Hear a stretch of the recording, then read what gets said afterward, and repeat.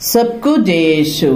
मेरे प्रिय भाइयों और बहनों, ये चालीसा काल में हम देखें प्रभु यीशु कैसे उपवास और तपस्या किया। मत्ती का सुसमाचार अध्याय 4 पद संख्या 4। ये पद उस घटना का हिस्सा है जब यीशु निर्जन प्रदेश में शैतान द्वारा परीक्षा में डाले गए थे। मत्ती का सुसमाचार अध्याय 4 वचन 1 से 11। 40 दिन और 40 रात उपवास के बाद यीशु बहुत भूखे थे। शैतान ने इस कमजोरी का फायदा उठाने की कोशिश की और उसने कहा कि वे पत्थर को रोटी में बदल दे, लेकिन यीशु ने विधि विवरण ग्रंथ अध्याय 8 वचन 3 का हवाला देते हुए कहा, मनुष्य रोटी से ही नहीं जीता है, वह ईश्वर के मुख से निकलने वाले हर एक शब्द से जीता है। आइए हम कुछ सीख लें। पहला, आत्मिक भोजन की आवश्यकता।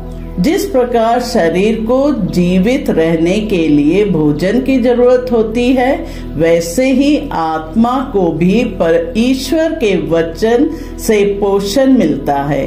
वास्तविक जीवन केवल भौतिक जीवन में नहीं है, बल्कि ईश्वर की आज्ञाओं के पालन में है। दूसरा सीख यह है कि परमेश्वर की व्यवस्था पर भरोसा। यीशु ने अपनी शक्ति के दुरुपयोग नहीं किया, बल्कि ईश्वर की योजना और समय पर भरोसा किया। हमें भी अपनी जरूरतों के लिए ईश्वर पर निर्भर रहना चाहिए, ना कि शॉर्टकट अपनाने चाहिए।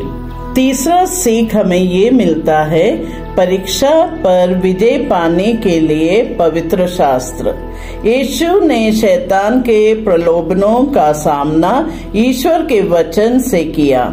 ये हमें सिखाता है कि हम परीक्षा में पढ़ते हैं तो बाइबल हमें सही मार्ग दिखाती है। चौथा और आखिरी सीख हमें ये मिलता है, परमेश्वर पर संपूर्ण निर्भरता। हम अक्सर भौतिक चीजों को प्राथमिकता देते हैं, लेकिन यीशु हमें याद दिलाते हैं कि हमारी सबसे बड़ी जरूरत ईश्वर के साथ एक जीवंत संबंध है।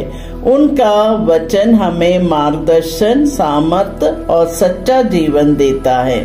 आइए हम इस पाठ से ये सीखें कि ईश्वर का वचन को अपने जीवन का आधार बनाना चाहिए, क्योंकि वही हमें आत्मिक शक्ति और सही दिशा देता है। आप सभी को एक फलदायक उपवास काल लेंटन सीजन की शुभकामनाएं। जय यीशु।